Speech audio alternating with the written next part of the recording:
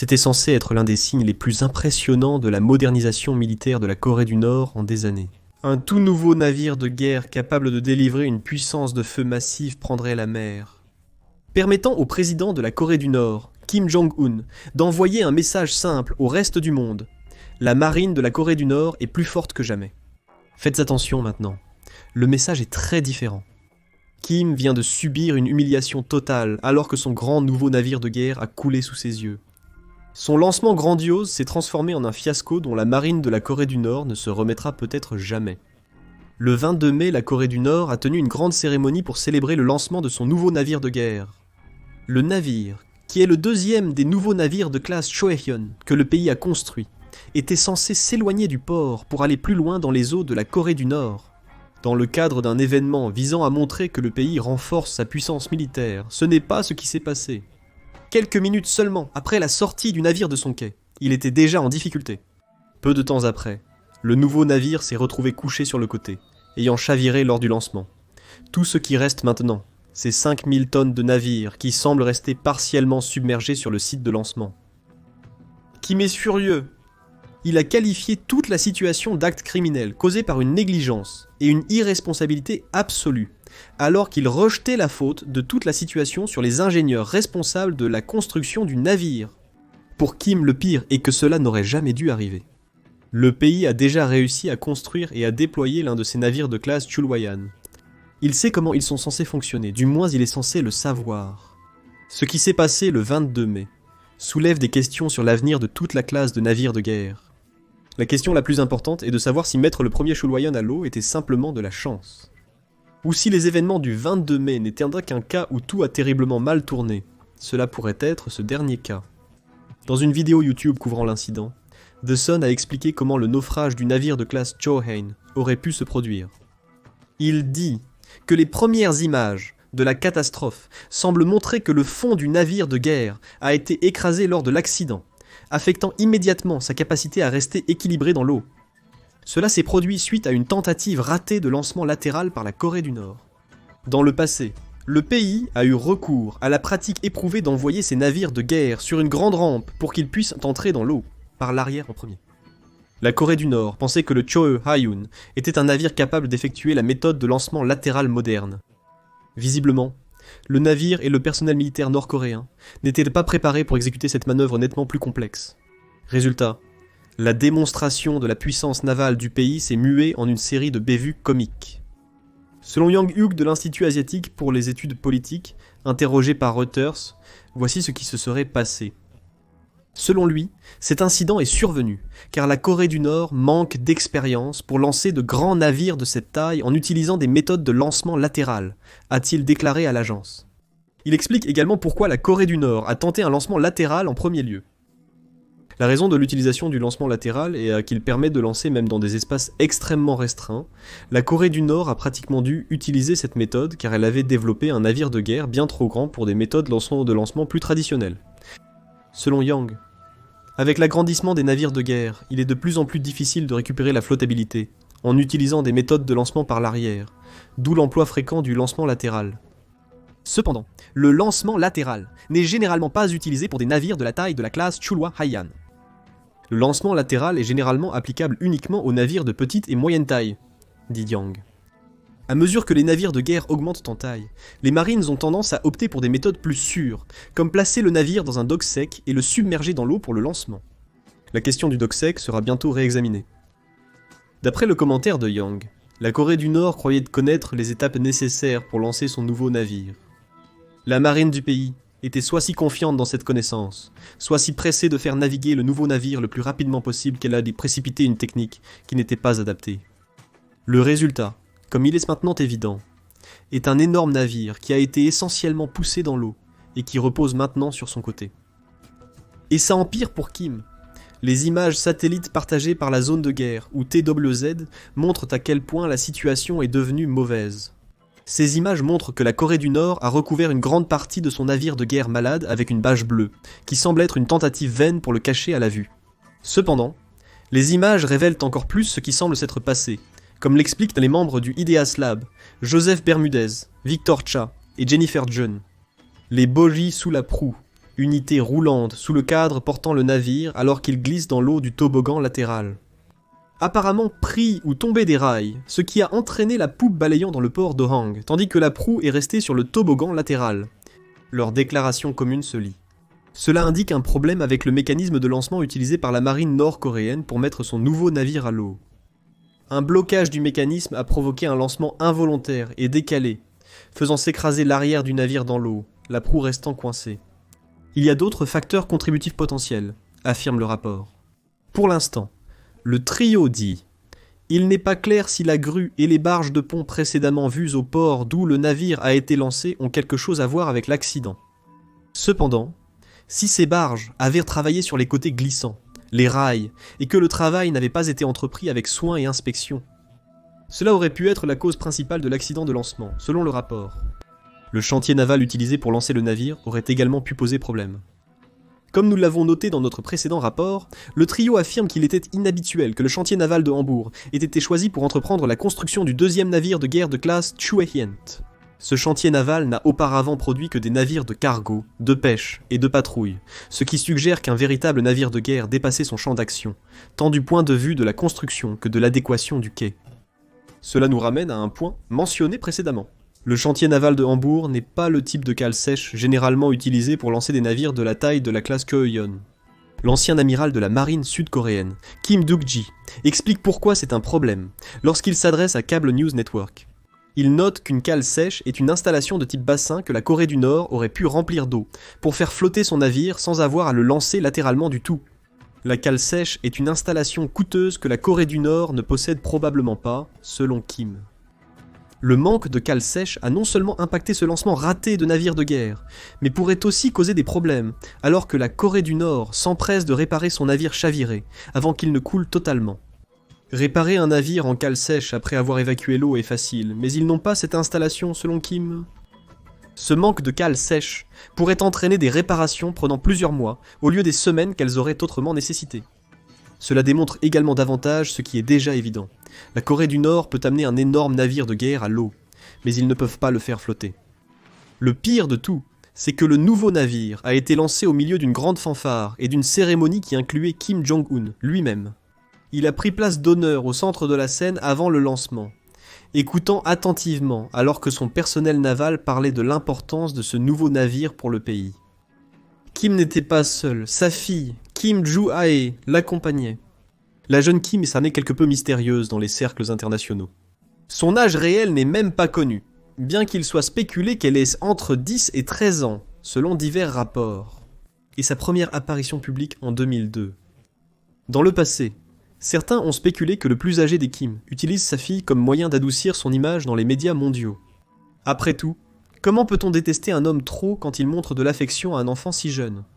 Récemment, les apparitions publiques fréquentes de Kim Joo-hee aux côtés de son père alimentent les spéculations sur sa préparation à un rôle futur, pour devenir le prochain leader de la Corée du Nord.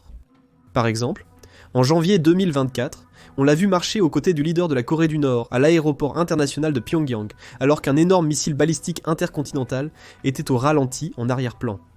The Guardian a suggéré que cet événement médiatique, soigneusement orchestré, aurait pu être conçu pour présenter le prochain leader de la Corée du Nord à un public bientôt adorateur. La présence de Kim Joo-hee lors du lancement raté du navire de guerre de la Corée du Nord ne fait qu'alimenter ce feu particulier. Cela accentue aussi l'humiliation que le président Kim doit donc éprouver face à ce fiasco total. Sa fille est souvent présentée dans les médias nord-coréens, comme une grande personne de guidance, malgré son jeune âge, dit The Sun. Kim sera furieux car ce qui s'est passé en mai 2022 a le potentiel de ternir cette image, ainsi que l'image de la supériorité nord-coréenne. Kim passe tant de temps à essayer de peindre. Kim ne prend pas cette humiliation allongée. Sa réponse au lancement raté du navire a été immédiate et furieuse, au-delà du marquage de tout l'épisode comme un crime. Comme mentionné précédemment, Kim a exigé que les réparations du navire sabordé aient lieu dès que possible. Qualifiant la situation de question d'honneur national, Kim exige que la situation soit rectifiée à temps pour la prochaine session plénière du Parti des travailleurs fin juin. L'agence de presse nord-coréenne Korean Central News Agency, dirigée par l'État, donne plus d'informations sur ce que ressent Kim. En gros, parlant au nom de Kim, l'agence a déclaré « En raison d'un commandement inexpérimenté, et d'une négligence opérationnelle, le mouvement parallèle des bogies ne peut être garanti. En conséquence, le traîneau de lancement arrière se détache en premier, faisant chavirer le navire. L'équilibre du navire a été détruit en raison d'une rupture de la coque dans certaines sections, et la section de proue n'a pas pu se détacher de la quille. Cela confirme ce que TWZ rapporte sur la cause possible du chavirement du navire. Kim Jong-un a fait une déclaration sévère, disant que c'était un accident grave et un acte criminel causé par une négligence absolue, une irresponsabilité, et ne pouvait être toléré. Le rapport a conclu. Le fait que ce rapport de la Corée du Nord existe du tout est une rupture intéressante avec la tradition. Kim et la direction nord-coréenne tentent généralement de taire les nombreux revers subis par son armée dans sa quête de modernisation. Souvent, il s'en sort. Cependant, le naufrage du deuxième navire de guerre de classe Choeon a été un événement médiatique massif. Il a peut-être été diffusé à la télévision nord-coréenne, et ne peut certainement pas être caché aux habitants, étant donné qu'il y a un énorme navire de guerre couché sur le côté dans un dock nord-coréen. Kim a dû rendre public, et il a clairement fait savoir que des têtes allaient tomber à cause de l'incident. Les conséquences de cet échec majeur pour la Corée du Nord seront analysées plus en détail plus tard dans la vidéo. Actuellement, l'attention se porte sur ce que la Corée du Nord a possiblement perdu suite à cet événement. Un puissant navire de guerre qu'elle croyait lui permettre de se rapprocher de la parité, avec les marines les plus puissantes du monde. La classe Chuwoyun est le premier destroyer que la marine nord-coréenne a jamais construit. Il est largement considéré comme la réponse du pays à la classe Aegis de destroyer, qui compte parmi les navires de guerre les plus aptes au combat des États-Unis. En apparence, le navire nord-coréen est très impressionnant. Il mesure environ 470 pieds de long, et est capable de déplacer environ 5000 tonnes d'eau. Il est également équipé d'un ensemble de capteurs et de systèmes de traitement, y compris des radars à réseau phasé, et un radar de recherche air-surface de type 362. Ajoutez à cela un trio de radars de contrôle de tir et une paire de radars de navigation, et le résultat est un système de capteurs solide. Le navire est aussi équipé de distributeurs de contre-mesures pour contrer la guerre électronique. Mais c'est la puissance de feu que la Corée du Nord prétend posséder le navire qui le rend terrifiant. Cette puissance de feu commence par un canon naval de 127 mm ou de 130 mm. On ignore encore les détails sur ce canon, notamment son nombre de tirs par minute. Le navire dispose également de 3 systèmes d'armes rapprochées, dont un Panzermö et une paire de AK-630 de 30 mm. 4 lance-missiles anti-navires sont chargés dans le navire, tout comme une paire de tubes de torpilles et 4 lanceurs Bullseye 4. Mais c'est le système de lancement vertical, ou les cellules système de lancement vertical qui sont la véritable caractéristique exceptionnelle du navire, d'un point de vue de la puissance de feu. Le Choeon a 74 de ces cellules système de lancement vertical que TWZ suppose que la Corée du Nord peut utiliser pour tirer des missiles de défense aérienne, et potentiellement même un nouveau missile de croisière supersonique nord-coréen. On pense que la Corée du Nord a équipé le navire de cellules système de lancement vertical d'au moins 4 tailles différentes, se donnant ainsi la possibilité de tirer plusieurs types de missiles dans le processus. Oh, et Kim Jong-un dit aussi que le navire sera capable de transporter des missiles balistiques tactiques et des missiles de croisière armés de têtes nucléaires, une fois que la Corée du Nord sera capable de construire ses armes. Certes, il faut garder à l'esprit que ces statistiques proviennent de la Corée du Nord. Il se peut donc qu'elles soient exagérées pour rendre la classe Choeon plus impressionnante qu'elle ne l'est réellement. Mais même si le navire n'est pas aussi performant qu'on le prétend, c'est toujours un impressionnant morceau de matériel naval. Si le second destroyer n'était pas en train de languir sur le flanc dans un dock inapproprié pour son lancement, on pourrait même soutenir que le navire représente un grand pas en avant pour la marine de la Corée du Nord, mais pour l'instant, ce n'est pas le cas. Au lieu de cela, le deuxième navire de la classe Chua Haiyan est à l'origine de l'une des humiliations les plus sévères que Kim ait connues sur la scène mondiale depuis un certain temps. Cela soulève la question évidente, quelle est la suite ? L'une des conséquences de cet échec de lancement a toujours été notée. Kim dit que les responsables, qu'il croit responsables de cet échec de lancement de navire, seront traités lors de la réunion plénière du comité central du parti en juin. La réunion de haut niveau du parti au pouvoir en Corée du Nord est aussi l'échéance. Kim est prêt à remettre le navire en service. Ainsi, les responsables doivent adapter environ 4 à 5 mois de réparation sans dock sec dans le mois à venir.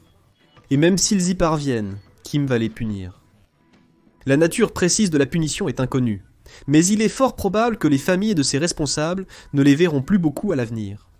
Au-delà de ces premières conséquences, Kim doit faire face au fait que cet échec de lancement de navire a révélé son armée navale comme étant incapable de la modernisation qu'il tente d'imposer. Le leader de la Corée du Nord a longtemps poussé pour ce qu'il appelle une seconde révolution de l'armée de son pays, qui repose sur du matériel obsolète de l'époque soviétique et un équipement médiocre développé par la Corée du Nord. Cette modernisation est censée aider toutes les branches de l'armée nord-coréenne à rattraper la menace asymétrique présentée par son programme de missiles et d'armes nucléaires. Cependant, la modernisation est aussi instable que le navire de guerre de classe Choehain qui gît maintenant sur le côté en mer.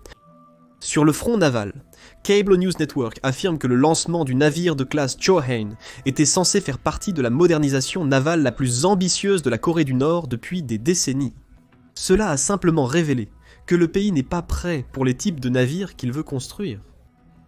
Kim fait maintenant face à un autre problème. Ses propres exigences pour faire construire et lancer le navire chaviré le plus rapidement possible ont probablement contribué au fiasco qu'il a été contraint de constater en mai 2022. TWZ dit qu'il y avait déjà de nombreux signes de raccourcis pris, même lors des premières étapes du développement du navire de guerre. Il est probable que des essais d'armes aient été effectués avant même que le navire ne soit entièrement équipé de sa machinerie de propulsion. Le navire a été remorqué hors du port pour ces tests selon CWZ, dans une tentative désespérée de projeter une puissance que la Corée du Nord n'avait pas encore créée. Le pays prétend également avoir construit son premier navire de classe Choehain en environ 1 an. Avec la construction du second qui a chaviré, probablement aussi vite, voire plus. Bien qu'il soit quelque peu impressionnant que la Corée du Nord ait pu réaliser si rapidement la construction de ces navires en si peu de temps. 1 an n'est nulle part assez long pour effectuer des tests rigoureux. Même si les raccourcis pris n'étaient pas responsables du naufrage du second de ces navires de guerre, il y a de fortes chances qu'ils auraient commencé à causer des problèmes plus tard. Cette rapidité de construction soulève également une question intéressante. La modernisation navale de la Corée du Nord est-elle plus une question de renforcement du prestige national qu'une menace crédible contre ses ennemis ? C'est possible, voire probable, car la direction de la famille Kim repose entièrement sur la propagande. Si le deuxième navire de classe Choehain avait atteint l'eau en toute sécurité, cela aurait peut-être suffi à Kim. Un projet de vanité qui ne devait pas aller bien loin. Le lancement, avec feu d'artifice, l'assistant de Kim et sa fille, était grandiose, peut-être pour cette raison. Bien que les armes du navire puissent représenter une menace, celle-ci n'est pas aussi importante que le prétend la Corée du Nord. Mais cela n'a plus d'importance. Si le prestige pour la propagande de Kim était le but, un navire chaviré est une humiliation massive. Pas étonnant que Kim soit si en colère. Pour l'instant, tout ce qui reste à Kim est d'attendre et de voir si le navire peut être réparé du tout. Cable News Network dit que la Korean Central News Agency affirme que c'est possible, car une enquête plus approfondie aurait soi-disant révélé cela. Il n'y a pas de trou dans la coque du navire, bien qu'il y ait une énorme égratignure sur son côté tribord. Il reste également de l'eau de mer à évacuer de la poupe. Toutefois, le lien entre cela et l'absence de trou n'a pas été expliqué. La Corée du Nord estime que les réparations prendront 10 jours. Cela semble peu probable, tout comme l'achèvement des réparations avant la date limite de juin de Kim, compte tenu du manque de cale sèche dans le pays. Ce qui est certain, c'est que le navire n'entrera pas dans la marine de la Corée du Nord de sitôt, et pourrait même finir par s'avérer être une perte totale, qui se traduirait par des centaines de millions de dollars simplement en train de couler sous les vagues. Mais que pensez-vous du chavirement du deuxième navire de guerre de classe Choehain de la Corée du Nord ? Kim peut-il se remettre de l'humiliation ? La Corée du Nord parviendra-t-elle à réparer le navire et à tirer des leçons des erreurs ayant mené à cette catastrophe ? Faites-nous part de vos réflexions ci-dessous. Et n'oubliez pas de vous abonner à The Military Show pour plus de nouvelles et d'informations à jour sur les affaires militaires en Corée du Nord, en Ukraine et dans le monde entier.